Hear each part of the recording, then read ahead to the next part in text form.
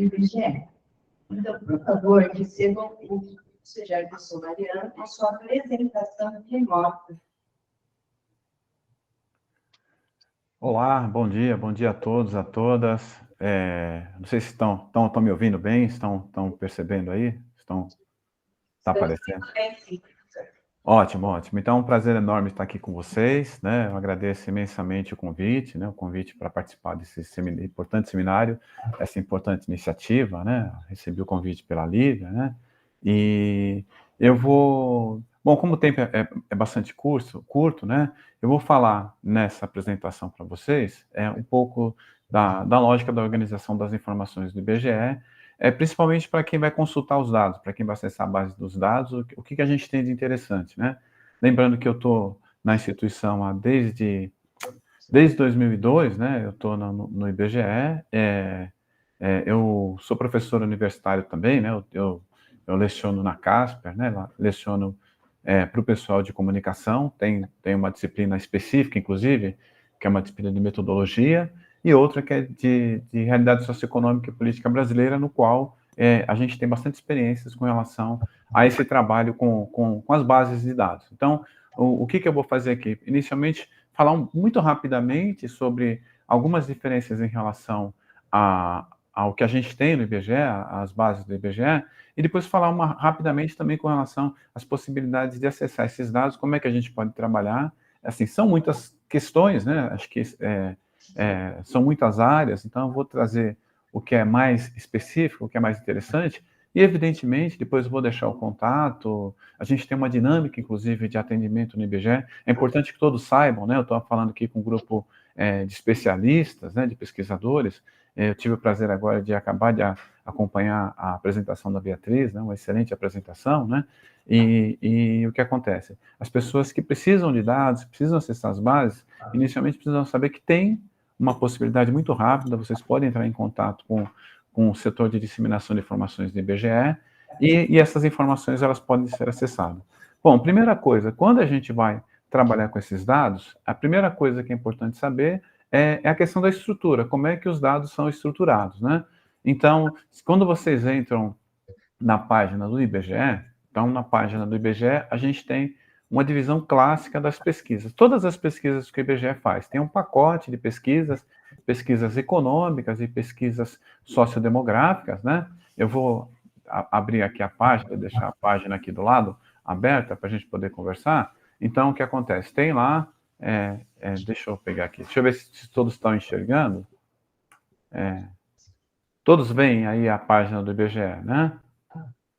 Está aparecendo para todos, né? Então, essa página do IBGE que a gente está vendo aqui, que eu compartilhei, a gente tem a página, e aí o que acontece? As pesquisas, elas são estruturadas em dois tipos, né? Então, por exemplo, a gente tem o que a gente chama de pesquisas conjunturais e o que a gente chama de pesquisas estruturais. Então, essa é a primeira diferença importante para quem vai acessar esses dados, né?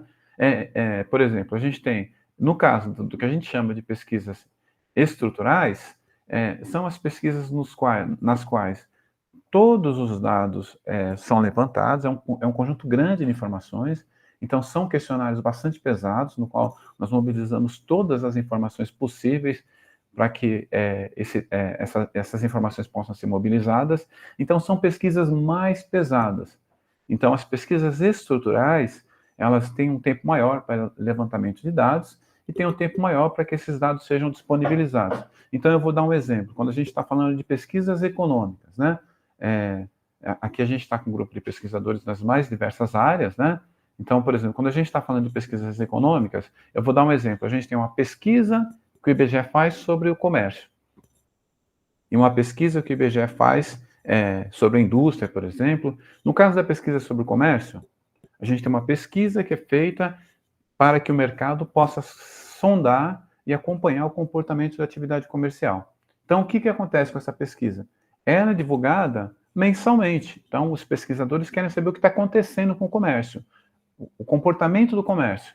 Então, essas informações, elas são disponibilizadas na forma de um índice, né? Então, é um número índice, e é uma informação que é disponibilizada rapidamente mensalmente. O que acontece com essa informação?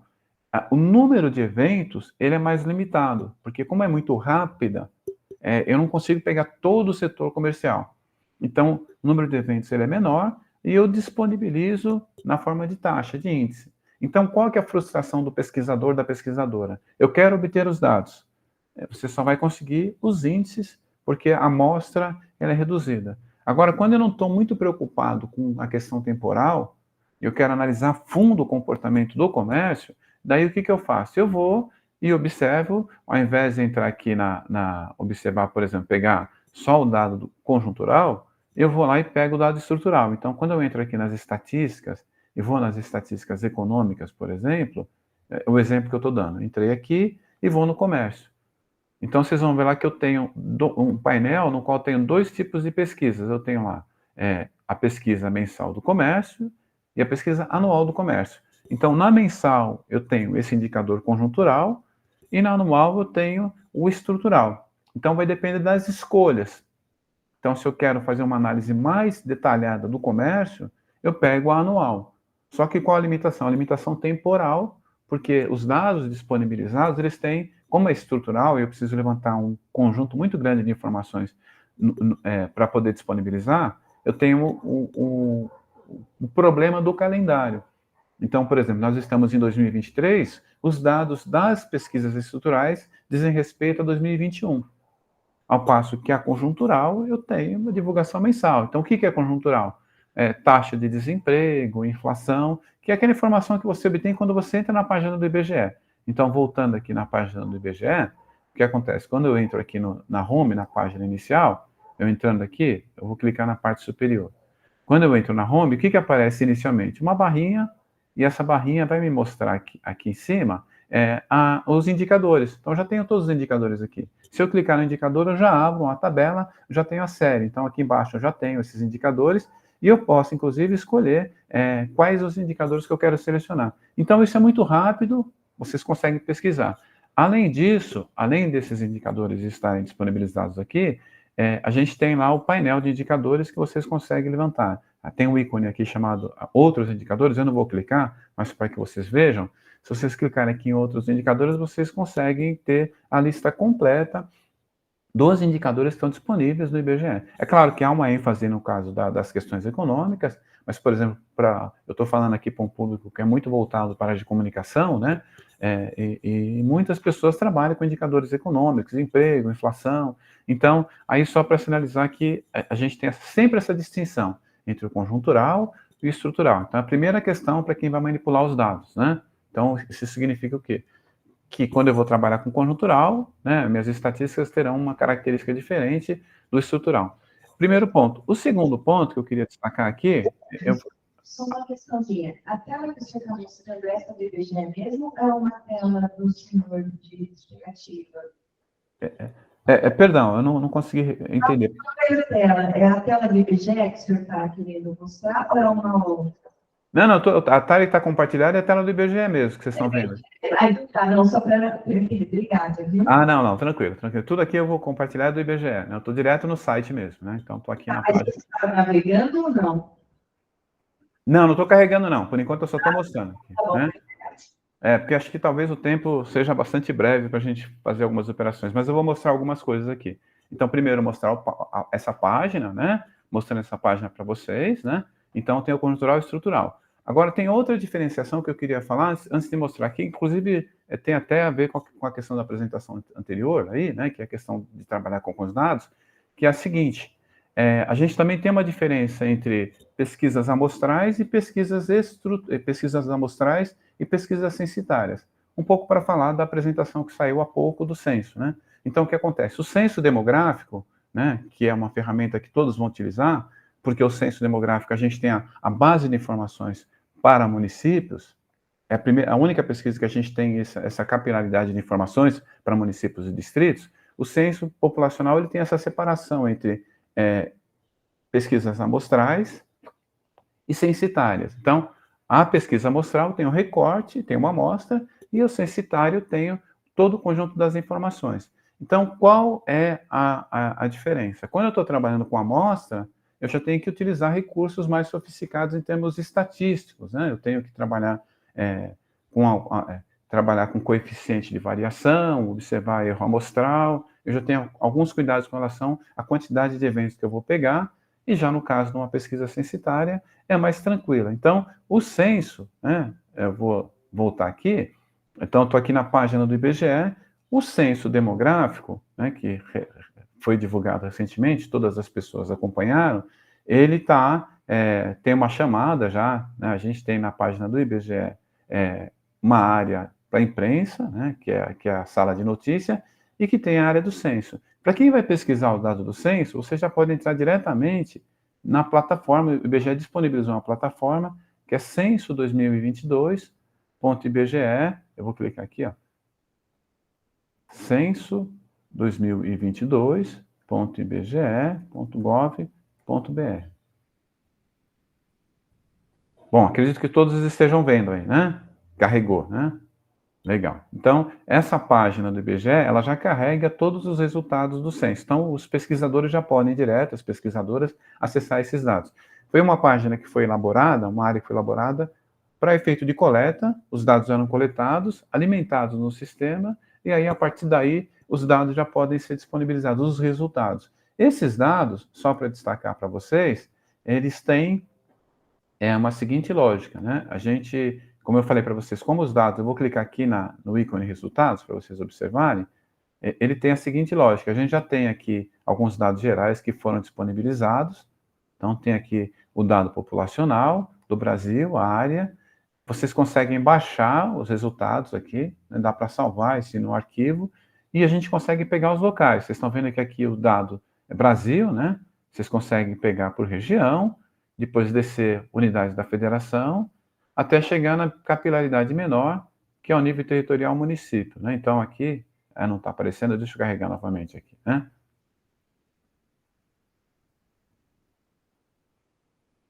Isso, tá aqui.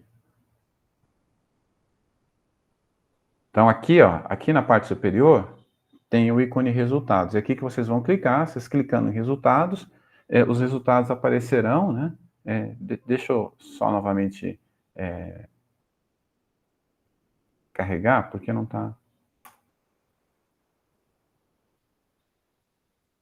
Eu vou compartilhar novamente aqui.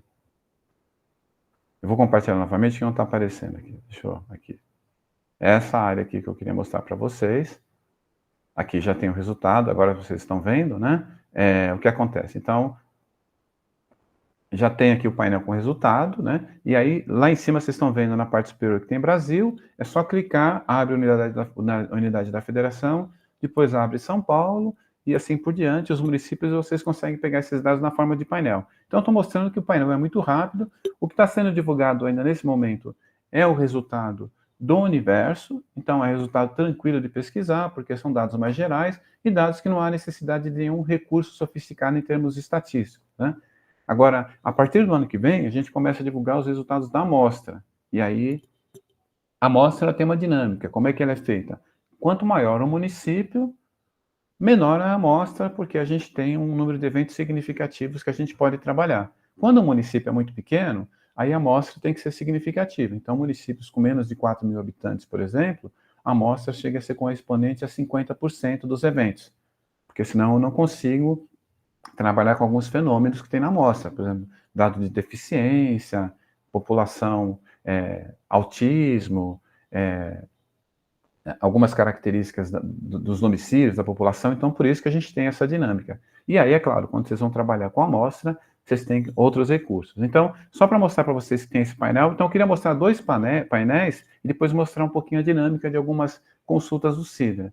Então, além desse site do censo, que é uma pesquisa importante, que vocês vão trabalhar certamente, porque a gente tem base de dados para os municípios, a gente tem outras pesquisas importantes do IBGE, que é a Pesquisa Nacional por Amostra de Domicílios Contínua, a PNAD contínua. E o que tem na PNAD contínua? Ela mostra os dados relacionados a um mercado de trabalho. Então, o dado de mercado de trabalho tem dois eixos, tem o dado de mercado de trabalho e também tem os dados das características demográficas do país anual, né? Então, porque como o censo é feito a cada 10 anos, a gente tem, na metade da década, no intervalo da década, uma demanda por informações sociais, informações sociodemográficas, e aí essas informações sociodemográficas, dado de saúde, educação, elas são disponibilizadas por essa pesquisa, pela pesquisa PNAD Nacional, Pesquisa Nacional por Amostra de Domicílios Contínua. E aí, o que eu vou fazer aqui com vocês? Vou mostrar um painel que é mais fácil, porque muitas pessoas começam a pesquisar PNAD contínua, às vezes as pessoas vão em site de busca, entram no site do IBGE e às vezes acabam até ficando irritadas porque não conseguem achar a tabela. Então, o que o IBGE fez? Fez um painel, e esse painel ficou muito fácil consultar as informações por meio desse painel. Então, eu vou descompartilhar aqui esse painel do censo e vou compartilhar com vocês o painel da PNAD contínua. Eu acabei abrindo aqui, deixa eu ver aqui onde é que está.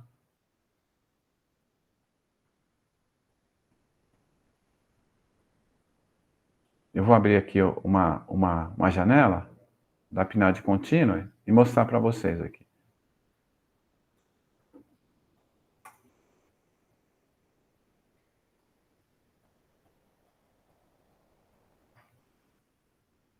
Estou abrindo aqui. Essa pesquisa, ela está normalmente na área de trabalho, né?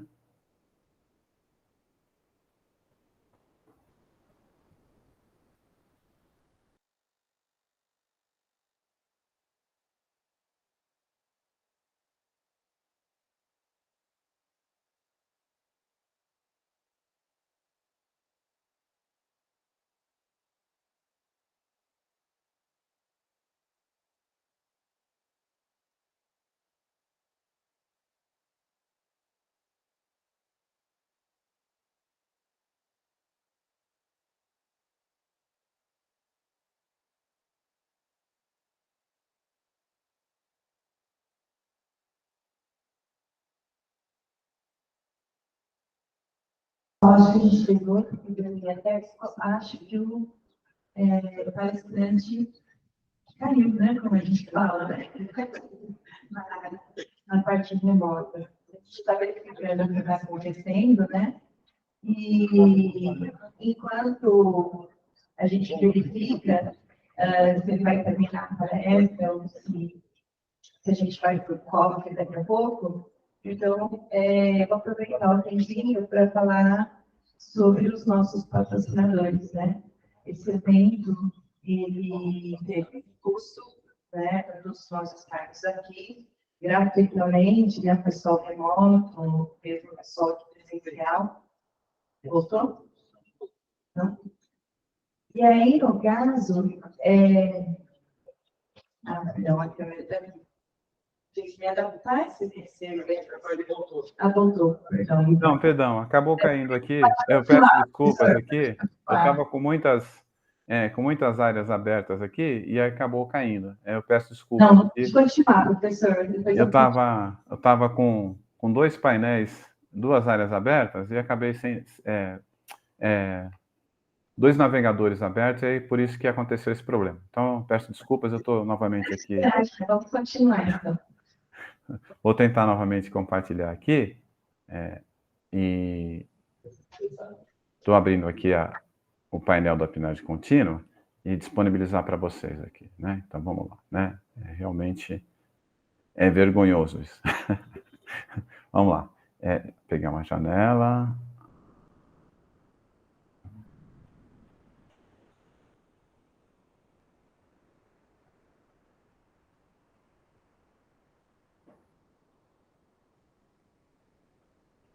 Então, eu estou compartilhando aqui a página da área da PNAD contínua, que vocês têm aqui a área de divulgação anual. Vocês estão vendo aqui que eu coloquei. Quando a gente entra na página do IBGE, eu vou entrar na página do IBGE, localizo a Pesquisa Nacional por Amostra de Domicílios Contínua, e lá tem lá sobre a publicação, tabelas.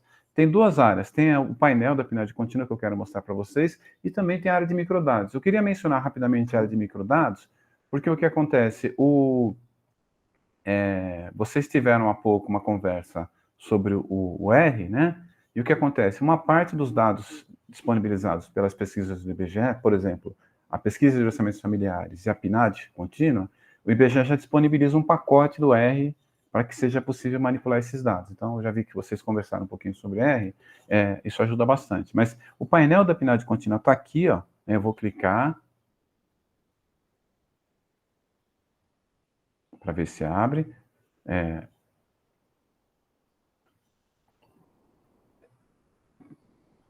Ele não está abrindo aqui, eu vou carregar de novo, mas eu quero mostrar para vocês aqui o painel. Eu não sei por que não tá carregando. Esse painel. Olha, eu não sei porque. É aqui nesse. Onde está essa área? Onde eu cliquei mesmo em painel.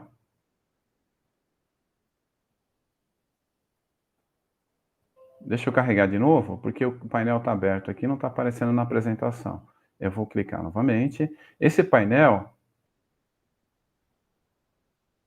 Ah, está aqui. Perdão, está aqui. Então, é esse painel aqui. Quando eu clico lá na área do painel. Esse painel que vocês verão quando vocês clicarem, né? Esse painel, o que acontece? Ele facilita a consulta das bases de informações sobre o mercado de trabalho. O que acontece? É muito mais fácil, ao invés de você pegar e ficar procurando na pesquisa, você vai nesse painel, vocês vão vendo aqui em cima que tem tema, mercado de trabalho, então vocês clicam aqui no tema, por exemplo, mercado de trabalho, na data tem os trimestres da pesquisa, o trimestre mais recente é o segundo trimestre de 2023, unidade da federação, está em unidade da federação, porque está São Paulo marcado aqui. Se eu pegasse outra unidade da federação, eu poderia ter. E além da unidade da federação, eu consigo pegar região metropolitana. Se eu selecionar aqui, eu consigo pegar a região metropolitana. E consigo também selecionar outros níveis, outros recortes. Por exemplo, eu consigo selecionar os dados das capitais, né? Porque além da região metropolitana, o IBGE levanta esse dado para as capitais. E, além das capitais, recentemente foram levantados outros recortes. Então, vocês estão vendo aqui, ó, pessoas desocupadas no estado de São Paulo, a taxa de desocupação e pessoas subutilizadas. A gente pode pegar esse dado não só para estado, a gente consegue pegar o dado para município. E, por exemplo, vou dar o exemplo aqui de São Paulo. Né? O que a gente tinha na pesquisa? Só São Paulo, capital e região metropolitana. Agora, foram disponibilizados recortes geográficos, então, extratos geográficos. A gente consegue, por exemplo, pegar uma região de Campinas, né, que é uma grande região metropolitana que não está na capital. Então, ao invés de trabalhar com São Paulo, eu posso vir aqui e pegar a unidade da federação. Ao invés de trabalhar com a unidade da federação, eu posso trabalhar com região metropolitana. E aí, ao trabalhar com região metropolitana, eu venho aqui e consigo selecionar as regiões que eu quero. Então, a pesquisa, ela tem essa possibilidade. Isso ajuda bastante para quem está pesquisando rapidamente, precisa rapidamente de algumas informações conjunturais. Mas, como são muitas informações, eu quero rapidamente mostrar para vocês duas outras ferramentas que eu acho que serão muito úteis para quem está trabalhando com os dados do IBGE. Então, eu vou entrar aqui, vou descompartilhar. Eu estou um pouco rápida por conta do tempo, mas depois vocês fiquem à vontade, eu vou deixar os contatos, a equipe aí tem meu contato de dados que vocês queiram acessar e algumas ferramentas. Eu vou descompartilhar essa página e eu quero compartilhar com vocês uma página num banco de dados que acho que todo mundo já utilizou, que chama Sidra. Né? Então, é um banco de dados no qual a gente tem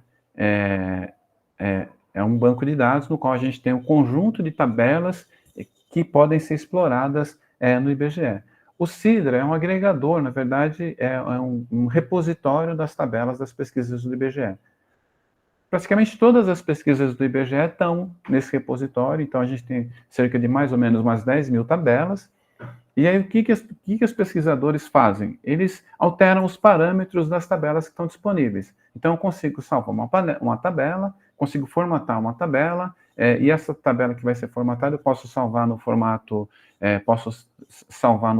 XLS, por exemplo, posso salvar em Excel, posso construir gráficos e tabelas a partir desse banco de dados, dessa ferramenta. Então, o que acontece? Se vocês observarem aqui, esse banco de dados a gente tem aqui está na PNAD anual, eu vou ir lá para o home do banco de dados para vocês observarem, né? Quando ele abre, ele tem essa cara.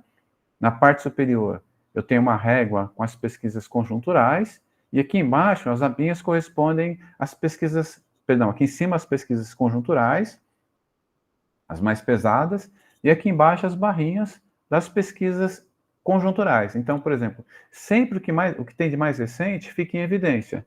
Então, a pesquisa que recentemente foi divulgada foi aqui o IPCA 15. Então, o IPCA 15 é uma prévia da inflação. Então, por exemplo, como é que sai o dado de inflação? Sai para Brasil, regiões metropolitanas e alguns municípios. Então, imaginando, vou fazer só uma tabela e daí para frente vocês vão perceber que é muito simples. Então, eu quero saber o que saiu de inflação e quero saber, assim, qual é o item que mais pesou na inflação. Então, o que eu posso fazer aqui? Eu posso vir aqui na página, vou observar aqui no Sidra o que está selecionado aqui. Já está selecionado o IPCA 15. Então, tenho aqui a lista, vocês vão observar que tem a lista dos produtos aqui que mais pesaram na inflação, estão observando aqui, né? Aí eu tenho mais para baixo aqui gráficos, então eu já tenho mais ou menos um resumo, eu já sei qual o setor que mais pesou na inflação, alimentação e bebidas, né, por exemplo, e eu já tenho aqui os itens que mais subiram, né, os grupos, né? Então, o que mais subiu a variação mensal aqui, a gente vai ver que é de transportes, né? E acumulado no ano, a gente vê que é de saúde e educação. Só que isso é muito pouco. Por exemplo, eu sou um jornalista e quero saber, por exemplo, o item que mais pesou isoladamente, qual o item que tem mais incomodado a inflação, que mais... Então, eu preciso de uma tabela. Eu já percebi que o dado que eu preciso não está aqui. Então, vou ter que construir a tabelinha. Então, a construção da tabelinha é muito simples. Eu vou lá, vou procurar aqui do lado esquerdo, do lado direito, né, a lista de tabelas. Então, aqui tem a lista de tabelas. Para cada pesquisa tem uma lista de tabelas. No caso do IPCA 15, é mais tranquilo que apenas uma tabela. Essa tabela 7062. Então, vocês vão perceber aqui que nessa tabela 7062, eu tenho o número da tabela, o título, o período e a região.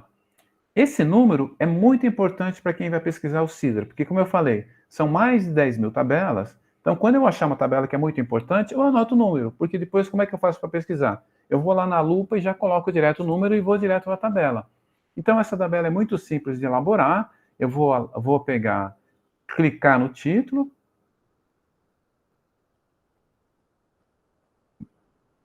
Vai abrir aqui a informação da tabela. Estou sempre olhando aqui para... tá certinho, tá abrindo.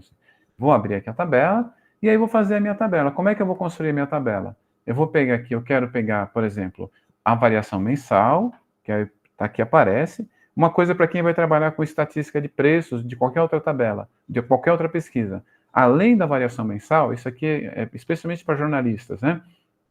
Se eu vou divulgar a inflação, além da variação mensal, é importante saber o peso, né? Porque o que acontece? Como a inflação é uma média ponderada dos preços praticados na economia, é importante saber a variação, mas é importante saber o peso, o quanto aquele item compromete isoladamente o índice, porque aí eu consigo saber o impacto, né?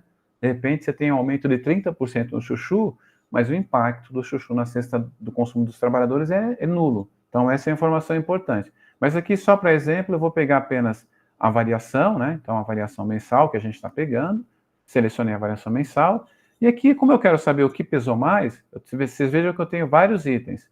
Como eu quero saber o que pegou mais, eu vou selecionar todos. Vou marcar todos. Aqui embaixo, o mais recente, que é de outubro, e tem os níveis territoriais, eu vou deixar aqui só Brasil. Então, a gente vai observar só o comportamento do Brasil aqui, né? E aqui eu vou pedir para gerar, então, a minha tabelinha, né? Eu peço para visualizar sempre, e a minha tabelinha vai ser visualizada. Então, aqui vocês percebam que tem a saída. E aí tem um problema nessa saída. A visualização está horrível, né? Porque a informação está na linha, e aí eu não consigo ajeitar a minha tabela. Então, tem um jeitinho. Como é que a gente pode fazer? É uma estrutura de tabela dinâmica. Eu vou lá no layout, tem o layout da pesquisa aqui, ó, eu redefini o layout. Então, eu vou clicar em redefinir o layout, e aí vocês vão ver que eu percebo, então, que os itens, né, grupos, subgrupos e itens, eles estão na coluna. Então, eles ficam melhor visualizados se eu trazê-los para a linha. Então, eu vou arrastar esse ícone e trazer a informação para a linha. Agora ela está na linha. E se eu der um OK agora, agora sim, visualmente está melhor. Agora eu tenho a tabela organizada, de modo que eu consigo fazer uma leitura mais precisa. E aí o que acontece? O próximo passo é pedir para ordenar. Então, eu vou lá no Sidra novamente e vou pedir para ordenar de modo decrescente. Então, eu clico aqui para ordenar de modo descendente, pronto. Aí agora a gente já tem, o que a gente tem? Os itens organizados. Então já consigo saber, por exemplo, que na inflação que foi divulgada ontem, o item que teve uma variação mais elevada foi a passagem aérea. Depois você tem alguns itens de alimentação e o transporte público. A passagem aérea é 23% e o transporte público 5%. Agora, eu que sou jornalista, eu não posso escrever um texto, por exemplo, você vê a Laranja Lima em segundo. Eu não posso escrever um texto e falar assim, os vilões da inflação foram a Laranja Lima e a passagem aérea. Não. Porque a Laranja Lima, talvez o impacto seja pequeno. Então, para eu trazer essa informação, eu posso ir lá na minha tabela, eu volto uma vez, e lá em cima eu vou inserir, além da informação das variações, né, ao formatar minha tabela, eu vou colocar, além da variação mensal, vou colocar o peso mensal. E aí eu vou pedir para visualizar novamente. Ao pedir para visualizar, eu percebi que tem um erro aqui. O que acontece? Não está aparecendo o peso. Então, certamente tem um problema na formatação da minha tabela. Eu vou lá no layout e vou descobrir que as variáveis estão no cabeçalho. Então, elas não podem ficar no cabeçalho, elas têm que ficar no título. Então, vou arrastar aqui e aí elas vão aparecer agora. Eu vou dar um OK novamente. Agora sim, aparece a variação mensal e o peso. Aí eu desconfigurei, vou ter que pedir novamente para ordenar. Descendente, qual coluna? A coluna da variação. Agora eu já sei que, por exemplo, a passagem aérea, ela teve uma variação mensal de 23% e o peso dela é 0,67.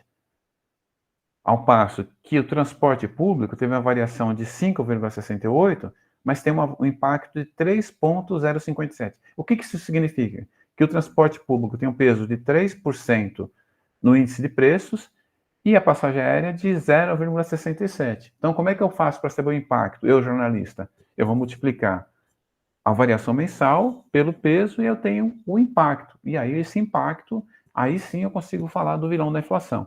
Então, eu só quero ir caminhando para fechar, porque eu sei que o nosso tempo é breve. Então, só para dar um toque para vocês, o Sidra, depois eu vou passar para a Lívia, passo para a equipe, uma apostila, que tem vários atalhos, várias possibilidades de pesquisa no Sidra, e aí o Sidra permite a vocês não só construir a tabela como eu gerei, possibilita vocês construírem gráficos e principalmente a elaboração de cartograma, a elaboração de mapas.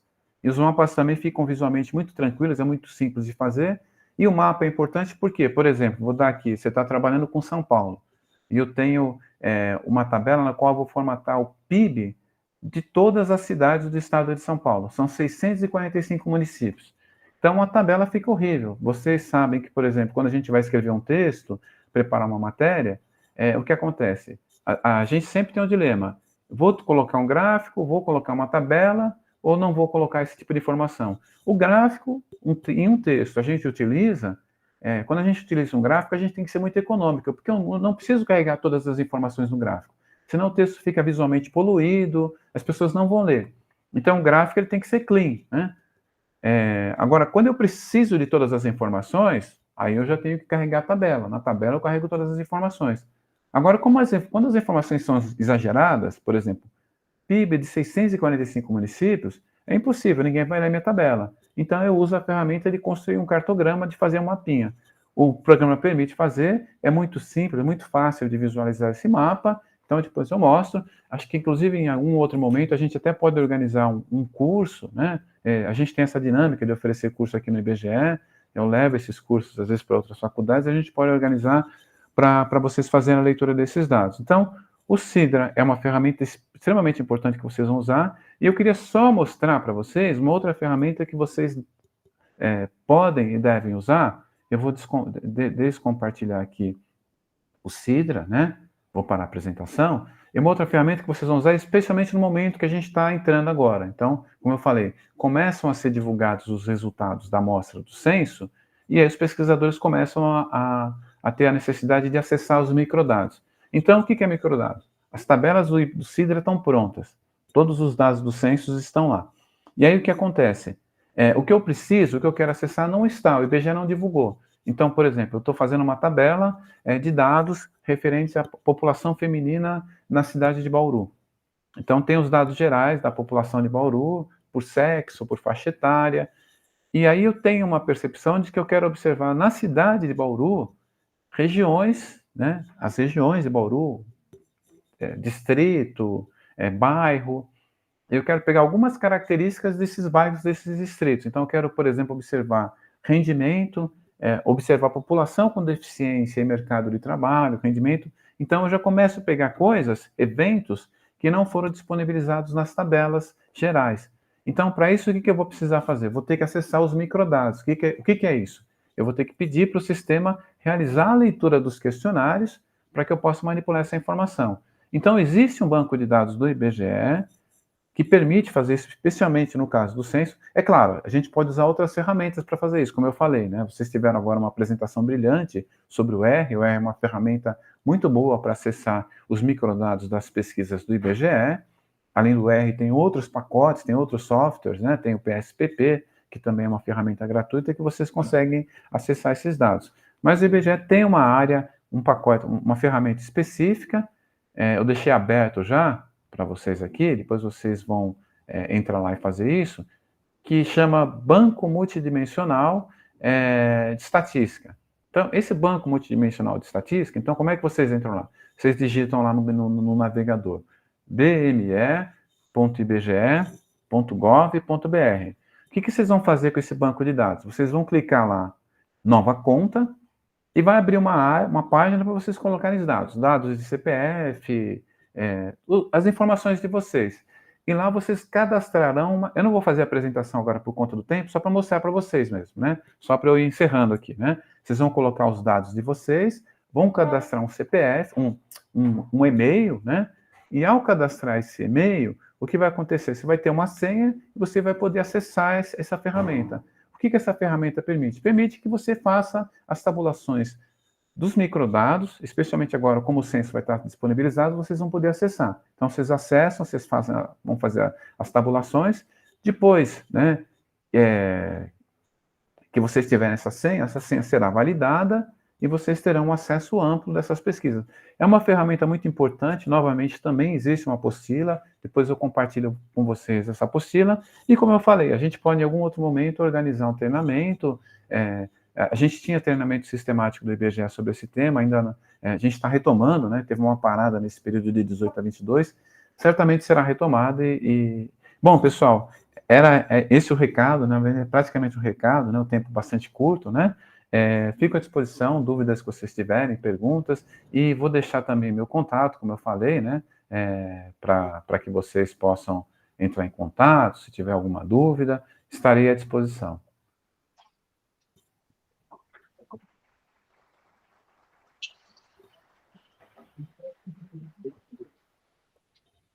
Muito obrigada, professor Jefferson Mariano.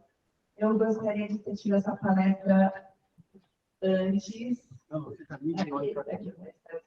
Antes do meu doutorado. Nossa, teria sido muito útil. Acho que todos que fizeram comigo aqui, ou artigo, escrevem artigo, acredito que vão ficar muito interessados, principalmente na sua apostila. Agora está aberto as perguntas, né, para o professor Jefferson Mariano e para a professora Beatriz Rios. Alguém tem alguma dúvida para perguntar? Alguém tem? Fernando?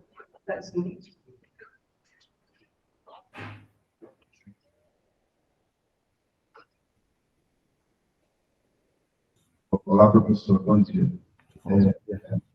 Só uma dúvida, em relação aos dados censitários do IBGE, somos aqueles que querem dizer, eles já estão atualizados com os dados do censo 2022? Bom, eu posso responder já, né? Então, os dados do censo 2022, eles estão sendo carregados. Então, por exemplo, hoje, no Sidra, todos os dados que foram divulgados, inclusive na sexta-feira, já estão lá, né? Então, o que foi divulgado basicamente até o presente momento?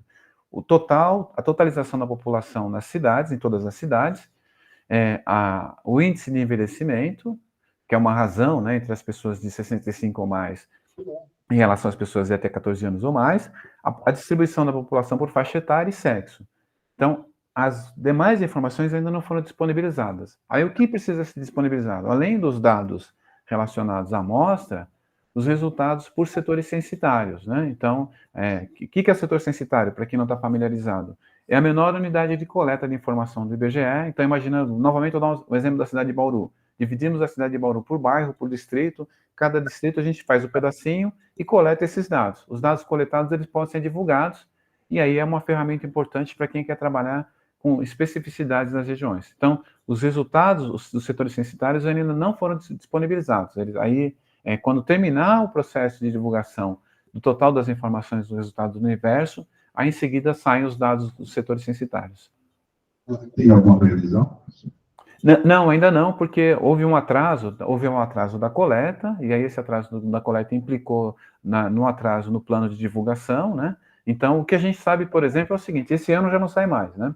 Esse ano já não sai mais, deve sair no início do ano que vem, esses resultados dos setores censitários, e aí depois a gente começa a ter, porque ainda falta a divulgação de raça e cor, que é do universo, né? Dado de raça e cor, e ainda deve sair os resultados, características dos domicílios. Então, isso deve sair até o início do ano, e aí, fechando esse circuito, saem os resultados dos setores censitários, e em seguida começa a amostra. E aí tem uma outra informação que tem uma demanda bastante grande, que são os mapas dos setores censitários, né, os PDFs, enfim, né, ou no formato de vetor. Até o primeiro semestre do ano que vem, todo esse pacote de informação deve estar disponível. Muito obrigado. Muito obrigada, professor. Mais alguma pergunta?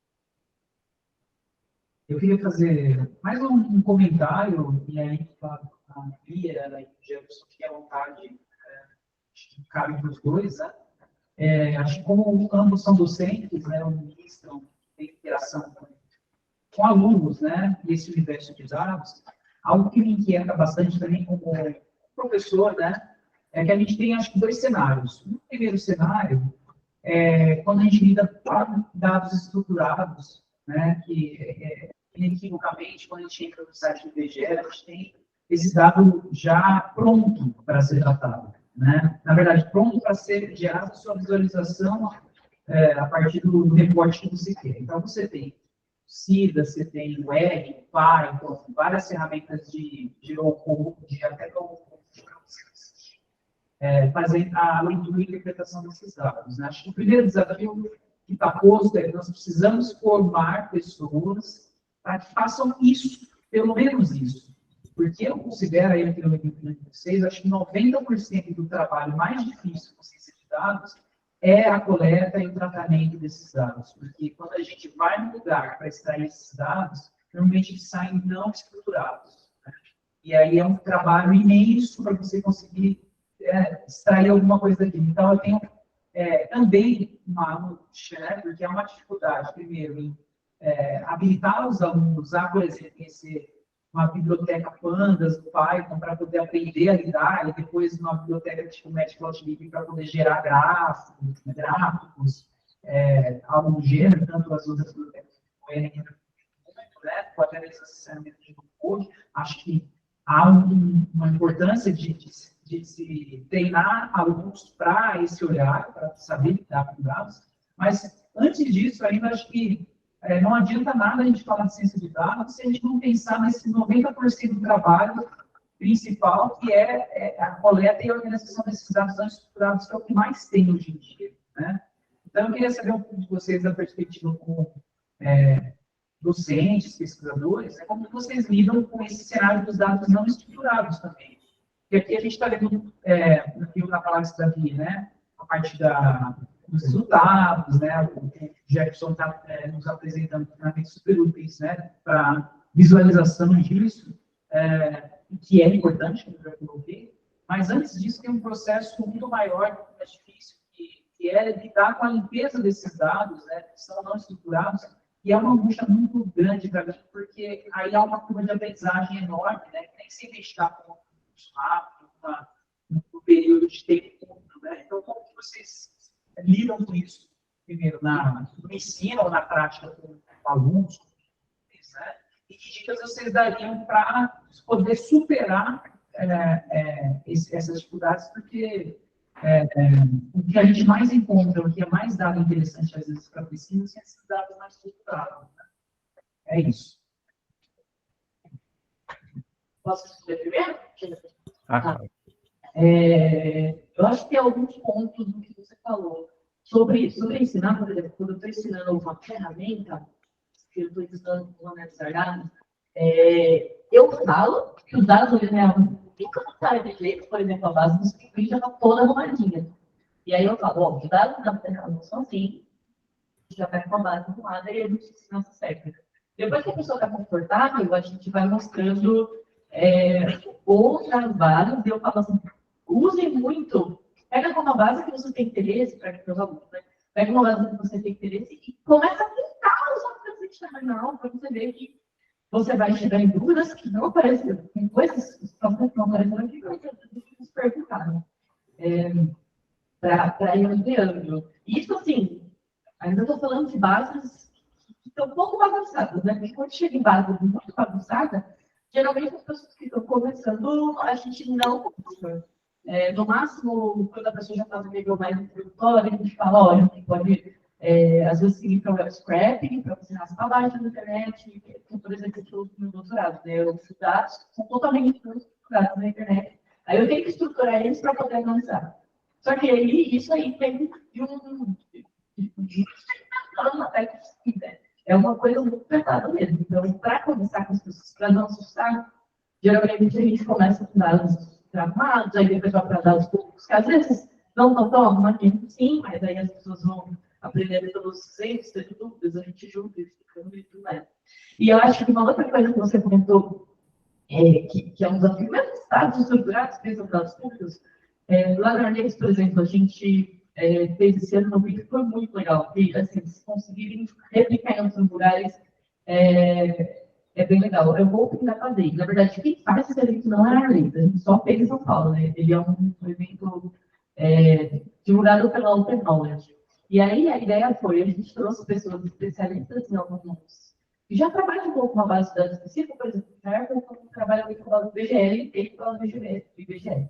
Então, a gente trouxe pessoas que têm muita experiência, tem pessoas que trabalham no público, por exemplo, jornalistas que trabalham muito com dados da ENEM, por exemplo. Então, a gente trouxe pessoas que conhecem muito de alguma base específica. Elas fizeram apresentações sobre como a baixa, e principalmente das dificuldades. Porque, assim, a base 3D é poderoso, né? O uso do CID é muito bom. Só que tem muita base pública que você que não está tão arrumadinho assim. E aí, se você não conhece, você tem uma grande chance de você fazer uma análise errada quando você fazer alguma coisa que você não sabia fazer, enfim. Então, quando é uma pessoa que já tem bastante acesso, ela já sabe as coisas daquela base, ela já entrou em contato com o board, já tirou público. Principalmente jornalistas, né? Eles tiram bastante dúvida antes de poderem publicar as coisas. Pelo menos jornalistas de dados que eu conheço. Então, foi muito legal o evento, porque aí depois disso a gente fazia uns grupos, onde as pessoas queriam analisar, fazer alguma análise daquela base de dados, e tinha esses especialistas para ajudar. E aí foi super legal, porque as pessoas chegavam nessas dificuldades da vida real das bases, e assim, quando a gente está falando tudo a ver, porque ou você mostra como é que você trabalha com uma base que está na vida real, ou você mostra a técnica específica, né?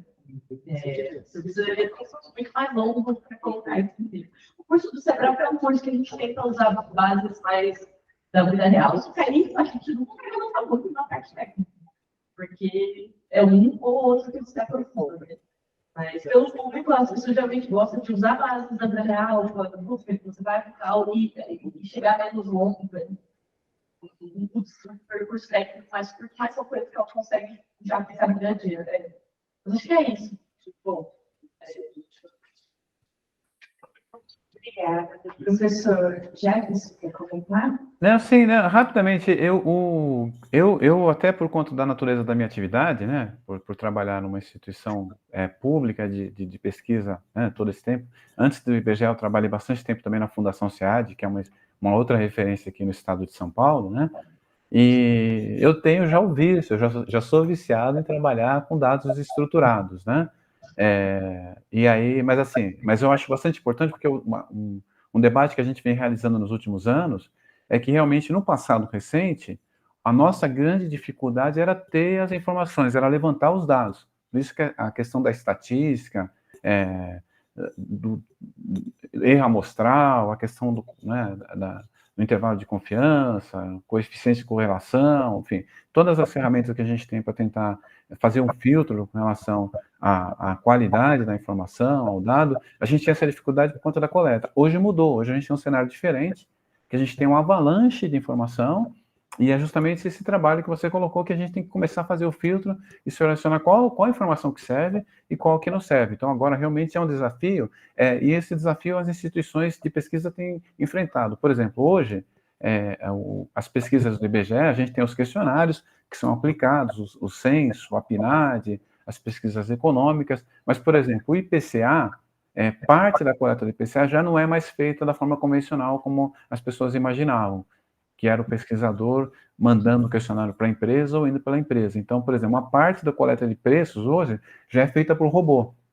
Então, a IBGE já coleta essas informações desse modo, e já há uma discussão entre o IBGE e outras instituições de pesquisa do mundo de como é que a gente trabalha agora com essa massa de informações desorganizadas. Uma outra coisa importante, né, também, né, nesse sentido, é que, por exemplo, até pouco tempo, essas instituições de pesquisas, elas tinham praticamente como eu diria que até uma reserva de mercado nesse sentido, em termos de produção de informação sociodemográfica, estatística. Então, hoje não, você tem um conjunto enorme de produtores de informação, né?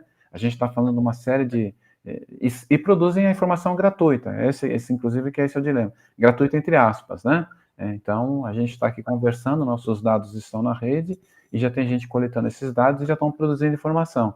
Então, essa é uma dificuldade, eu acho que é um outro estágio mesmo, então, mas assim, a gente precisa entender essa lógica das informações estruturadas para dar esse passo adiante, e é claro, a gente tem que trabalhar com os alunos, né, um pouco de lógica de programação, né, acho que é uma outra ferramenta, a gente não falou aqui, mas, por exemplo, o Python, né, acho que tem hoje, muita gente utiliza, é uma ferramenta muito importante, os alunos precisam entender né, qual que é a lógica dessa ferramenta, mas há uma dificuldade enorme, muito grande mesmo. Acho que as faculdades, as instituições de ensino precisam trazer mais especialistas, a gente precisa ouvir mais pessoas da área de computação, para a gente poder entender como é que a gente vai trabalhar um pouco com essas informações. Agora, é importante destacar, né, que aí, acho que aí tem uma diferença, uma distância, que é quando a gente trabalha com informações que são oficiais, né, informações que são consolidadas, que são categorizadas, que a gente pode estabelecer comparações internacionais e que a gente pode usar como referência e que os órgãos públicos podem usar para implementar políticas públicas, e aí algumas outras informações que às vezes são organizadas com viés, né? Então, essa questão do viés na coleta e viés na divulgação é um outro dilema, uma questão bastante importante, né, que a gente precisa tomar cuidado, mas é um desafio. Então, isso significa que o desafio para quem vai atuar na área de levantamento de dados, de produção de dados, da ciência da informação, é um desafio enorme e é um aprendizado constante. Então, é uma tarefa, e a gente vai precisar de ter, principalmente, o exercício da multidisciplinaridade, né? Eu acho que é um outro elemento bastante importante. Muito obrigada, professor Jefferson, Mariana, pela participação, pela apresentação tão necessária. Obrigada, Bia, obrigada, Ala, pela primeira parte, né? E agora, então, nós vamos daqui a pouquinho fazer o copo, mas antes eu preciso falar dos patrocinadores, gente, porque é graças a eles que a gente está aqui, tá? Então, a gente queria agradecer a nossa Fácia Cadeiro, o Ambit Code, GR Capital, Instituto de Comunicação Franco Júnior, Vila Chalé, Hotel, Café Caramelo, Cacau Show, Loja de Confiança Max, Haribo,